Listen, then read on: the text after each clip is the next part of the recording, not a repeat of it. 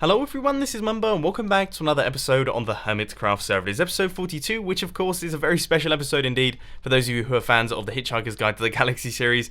We're not going to be doing anything special to celebrate that today, but I just thought I'd let you know that it is appreciated, and I'm sure you have already commented it down in the comment section. Whenever I do a 42 of anything, there are just thousands upon thousands of comments saying Hitchhiker's Guide to the Galaxy, Hitchhiker's Guide to the Galaxy, so I look forward to reading all of those. But today, we are going to be doing something special, which is a bunch of work with villagers. I personally am very excited because, as you guys know, I never tend to get to work with villagers particularly often, and it's not something that I've been particularly good at over the years, so I thought I'd try my best this season to do a bunch of work with them. Obviously we did the iron farms, which involved a little bit of villager action, but now we are finally going to get our butts in gear, and we're actually going to do some villager trading. But before we do, I just thought I would celebrate having my new elytra by going on a bit of a flight. So let's just chuck the punch 2 bow down in the inventory and see if we can do this. Right, here goes. Oh, we just about managed it. Yes, we're getting pretty good at this, guys. This flying thing, big thank you to Iskull for teaching me how to do it, because this really has changed the game for me.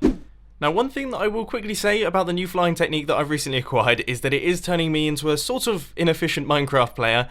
I just spent around about 2 minutes flying around just aimlessly, just doing absolutely nothing other than flying around, which, yeah, I'm probably going to have to cut back on just a tiny bit, because otherwise you guys aren't going to be getting too many Hermitcraft episodes, and that's not particularly good. But anyway, over here we have got ourselves the villager breeder. Now, this is where we're going to be working today.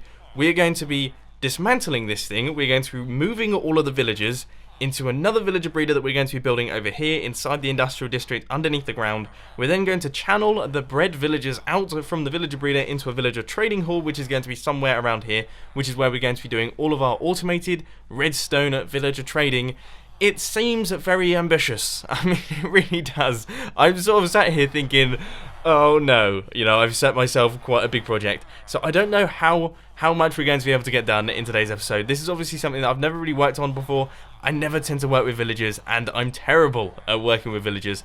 So it could be interesting. It could be a complete spoon-filled episode of Hermitcraft, but I'm excited to get started. So first things first, we have got to clear out an area for the villager breeder. We're then going to create the villager breeder, and then we can start populating that thing. You know what I just recently discovered is that A, the server is now on Minecraft 1.10. As you can see, we now have the auto jump feature, which is pretty bonkers, but more importantly B, if I chuck my brightness down into moody, look how crazy the base looks. Oh my word, it looks like something out of War of the Worlds, which I'm a little bit sad to say. A lot of you guys are probably too young to remember War of the Worlds, even the new one, obviously the old one, even I don't remember when that came out, but wow, it looks crazy. Bit of a bad start to the episode. I can't find any of the gear that I put away for the Ender Dragon fight. Just none of it. So we might have to maybe do some re-enchanting or some craft. I don't know. I feel like that would be a waste. Okay, so this is the area that I've added in for the villager breeder. This right here is a 12 by 12 space, which is going to fit in our little 9 by 9 farm with all of the openings for doors and things like that. Basically, everything that we should need for our villager breeder should, in theory, fit inside of this little area right here. And then the villagers are going to be transported off into this area, then make their way into the trading station, which is going to be somewhere around here. Honestly, my planning isn't particularly on point for this one, so things could get interesting fairly quickly here. But now what I'm going to do is I'm going to clear out this space. I'm going to make space for the entire villager breeder, because of course all of this is going to be going on under the ground. So let's crack on. Okay, so as you can see, the sun has just risen on the Hermitcraft server. It is now a bright new day, which is very good indeed, because as you guys know, I'm not particularly brilliant at lighting things up, and this place around us is incredibly mob infested. So we're going to have to be super careful around here. But as you can see right here, I've cleared out the entire space. We now have a bunch of area to work with, and this is where the villager breeder is going to be going. Now, it's slightly pushed over to one side. You can see it's pushed up against this wall right here, and that's because we need to leave space for the skylight, which is going to be going here, and also the villager movement area, which is going to be going over in this section right here. So this is where the little baby villagers are hopefully going to fall down, make their way into this section, then make their way across like that. So now what I'm going to do is I'm going to till all of this soil and basically get this thing set up and ready to go. As you can see here, the decoration of the villager breeder is almost all complete. We're chucking in the final few bits of sandstone here. We're going for the very familiar colour. I'm sure all of you recognise it by now, so let's just chuck in these final ones. And that should be everything completed. So this is what the villager breeder is actually going to be looking like. Of course, that is going to be the tube, which is going to be taking the villagers out from the villager breeder. We've got our skylight in, we've got all of our doors in place. Yeah, we're pretty much done in terms of the villager breeder itself. And now I'm very interested to see what this looks like from above, because there's a chance that it could just look very sandstony. We could be creating a big sandstone mess in the industrial district. So let's find out. Right, we're going to pop up here. It's always risky doing this with the Elytra. But here goes. I'm really nervous, you know? That looks cool. It looks cool, I think. I would say it looks cool, yeah. When we get the glass on top, and I know I've said that so many times, but when we get the glass on top of this entire thing, it's going to look completely mad. At this point in time, though, there is a lot of birchwood going on, but the sandstone, it looks cool. Yeah, it looks seriously cool. Excellent news. Okay, so what we're going to have to do now is we're actually going to have to chuck the glass on top of this specific module right here, because, of course, if we don't do that, then zombies can just walk in from the roof, kill all of our villagers. It will be a very bad time indeed. So we're going to do that real quick, real fast, and then everything should be set to go for our villager trading hall. However, I'm not 100% certain because, you know, I've never done this before, and I have no idea if there's some steps that I need to take before that, so bear with me. I'll tell you what the most infuriating thing is about this project. It's forgetting resources. I seem to do it quite often because, as you guys know, my brain doesn't fire on all cylinders at all times. But more importantly, there's no connection to the nether, which means it's such a long-winded journey back just to pick up like 1 or 2 items. I feel like I'm going crazy here. The things we do for the crazy Minecraft projects we want to create. It is now time for probably one of your favourite parts of these villager-based Hermitcraft episodes, and that is Mumbo tries to transport villagers and probably fails, causing him to cry a lot. So that's basically how this is going to go, I reckon.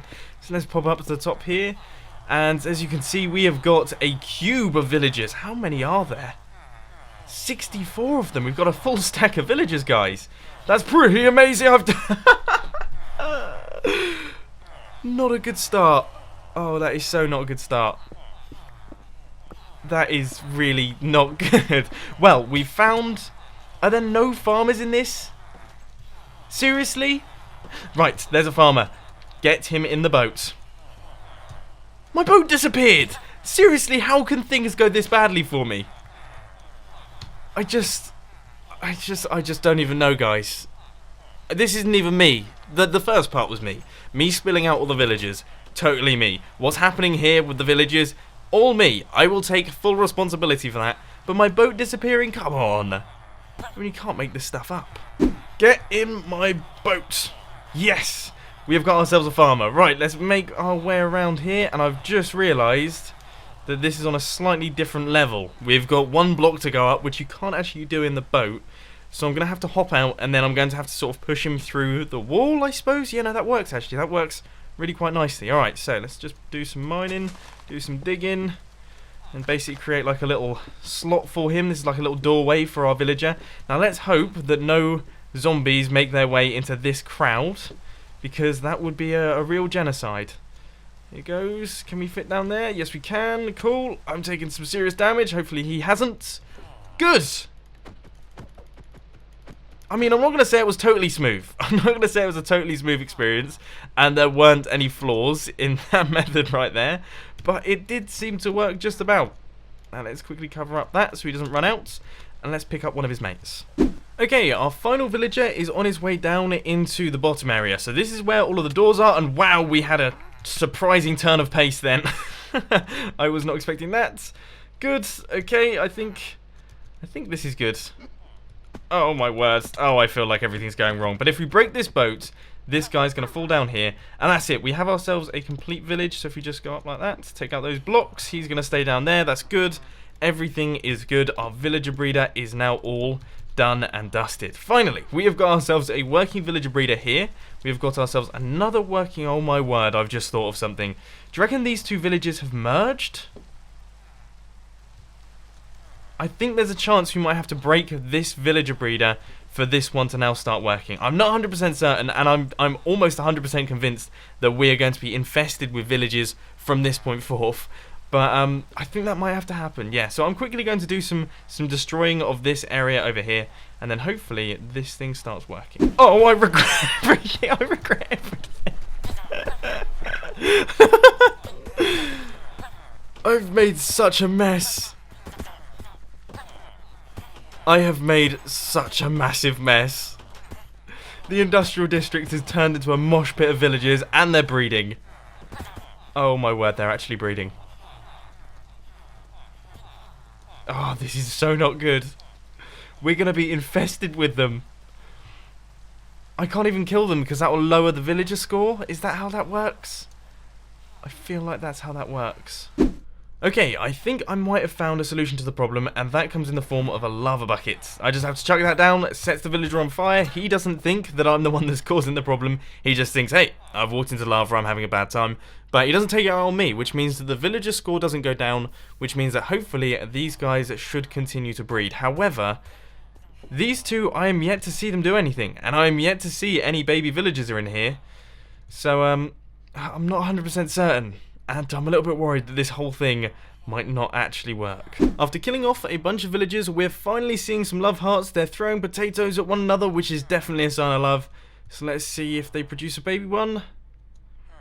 Maybe not this time, but by the look of things, the villager breeder is now back up and running. We have this thing working now, so it's now time to create the villager transportation section, which is going to be going over here. Hopefully this goes smoother than that previous bit. We've got ourselves a baby! A baby has been generated by the villager breeder. I have no clue what to do with it. Absolutely nothing, but that is good. That means that our villager breeder is actually working just while I was in the process of clearing out all of these blocks here to create the transportation system from the villager breeder. Oh, that is excellent news. I tell you guys, I have had a rough recording session so far, and it is so good to see that things are finally coming together. Right, okay. Onwards and upwards. So, the villager tube is now all in place. As you can see, our water runs up like this. It goes into a few signs and a few fence posts and things. And then they're going to make their way across like this, all the way over to here. Now, this is where they're going to be picked up for the villager trading booth itself. So this is where the trading booth is going to be. I feel like I'm repeating myself, probably because I am. But this is where they're going to be picked up. And this is where they're going to be taken into their various different booths in which we're going to be able to do all of the trading. But there is a slight issue. Probably not going to be doing that in today's episode. I don't know how I thought I was going to do that today. I mean, I'll be honest, that was a very, very ambitious plan indeed. I always forget how much of a pain in the backside these little fellas are. I mean, seriously, they drive me completely crazy. And because I'm so inexperienced with them as well, I just seem to get everything wrong. But finally, I think everything is coming together now. We just need to cover up all of the glass here. We need to do a tiny bit more decoration there, but unfortunately, I have completely run out of sandstone once again. So I think that should be everything for this little area here. Then we'll continue on with the other projects that I have planned for today's episode, which are definitely going to be fairly interesting. For once, I actually did it right. I just flew with the Elytra from the villager trading booth, from like basically the floor. I took off, and it was like something from Top Gun. Oh, I feel so good about that. I'm totally damaged, and as you can see, I've got a strange hairdo going on. My beautiful, beautiful iron gear is taking one heck of a beating. But, oh my word, that was amazing. Okay, just the final few sandstone blocks now, and that will be this area completely finished. Good, pillar out, pillar out, pillar out, and there we go. I believe that should be everything, and that looks cool. That looks cool. Okay, so we have like a really cool looking area here with the villager breeder, and then this area right here with, I do believe, one baby villager inside, maybe even two. I can't see the second one, so I guess, yeah, just the one down there.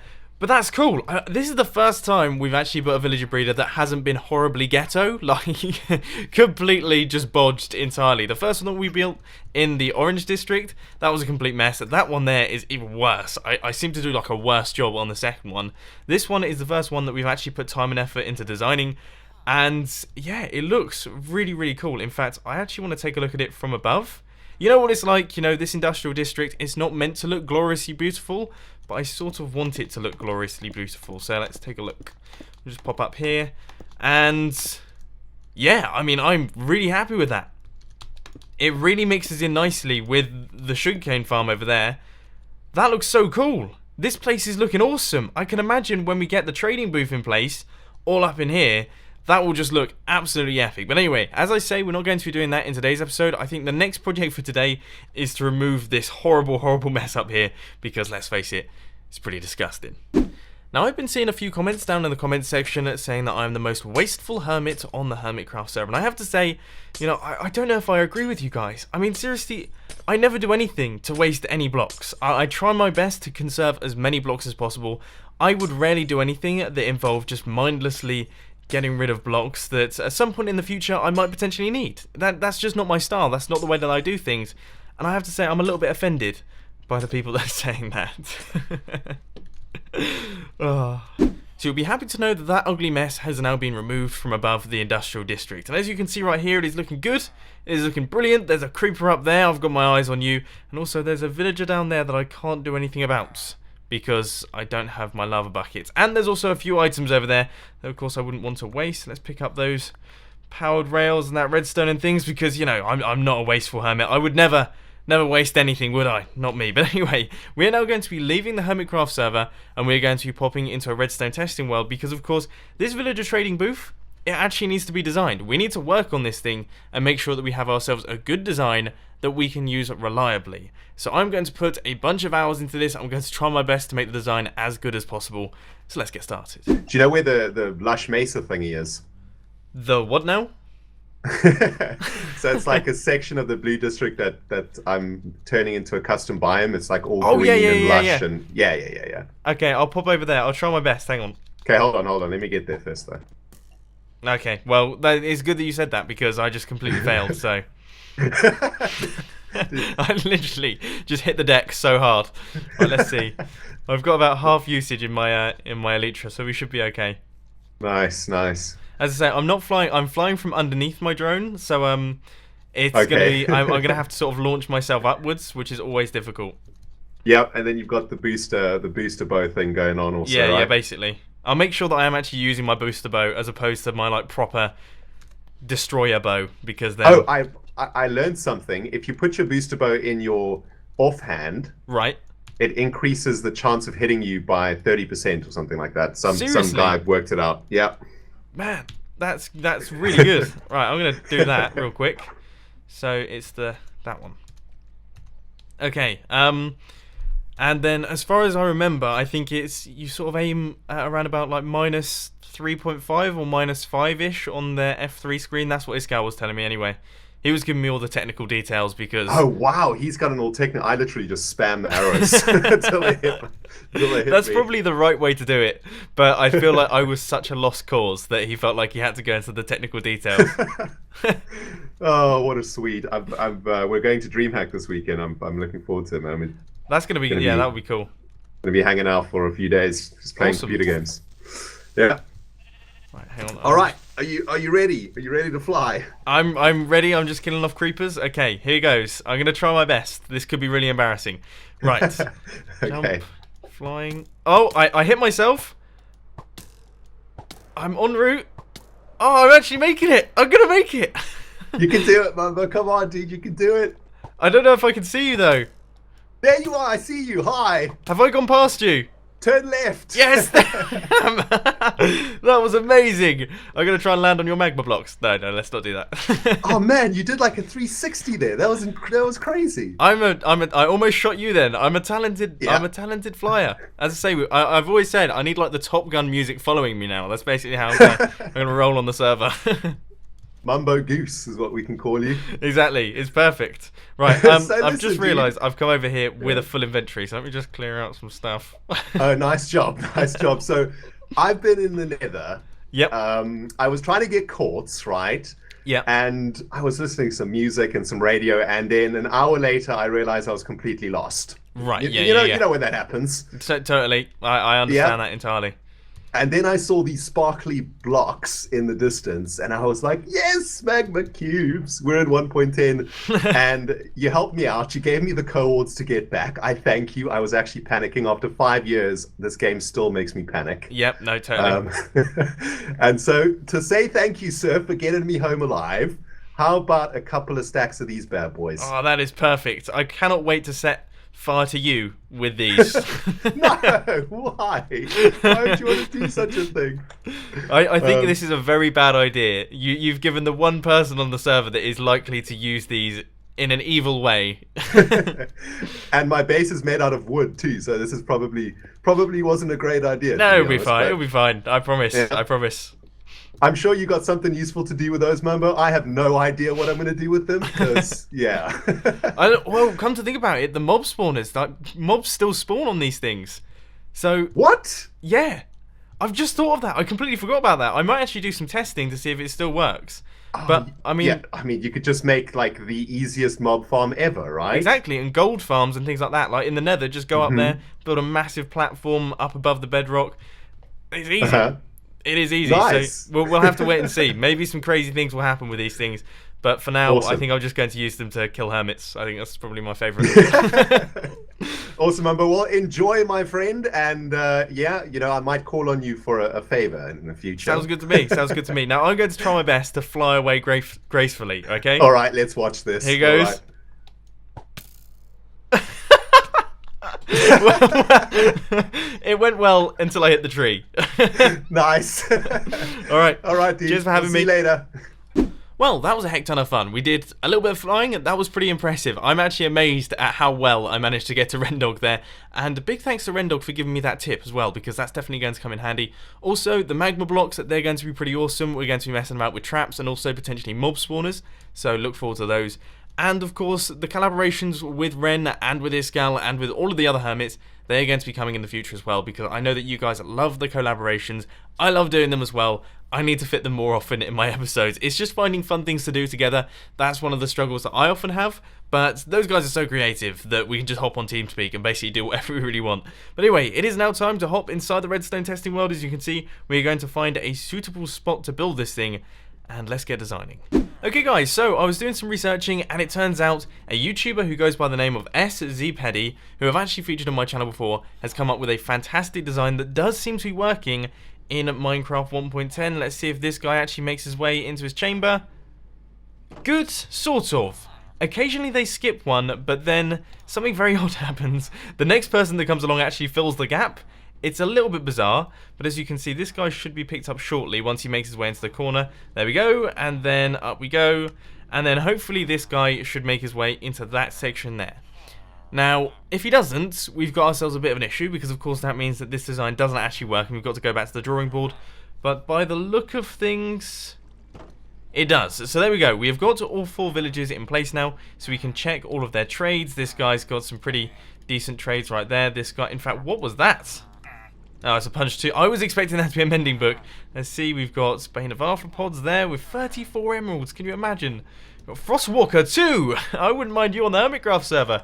But yeah, some pretty good trades there. But for example, this guy right here, he had the worst trades. Then you hit this button and he makes his way out of the system. Then that fence gate opens up. And if we chuck in another villager into the system, he should make his way into that specified slot right there.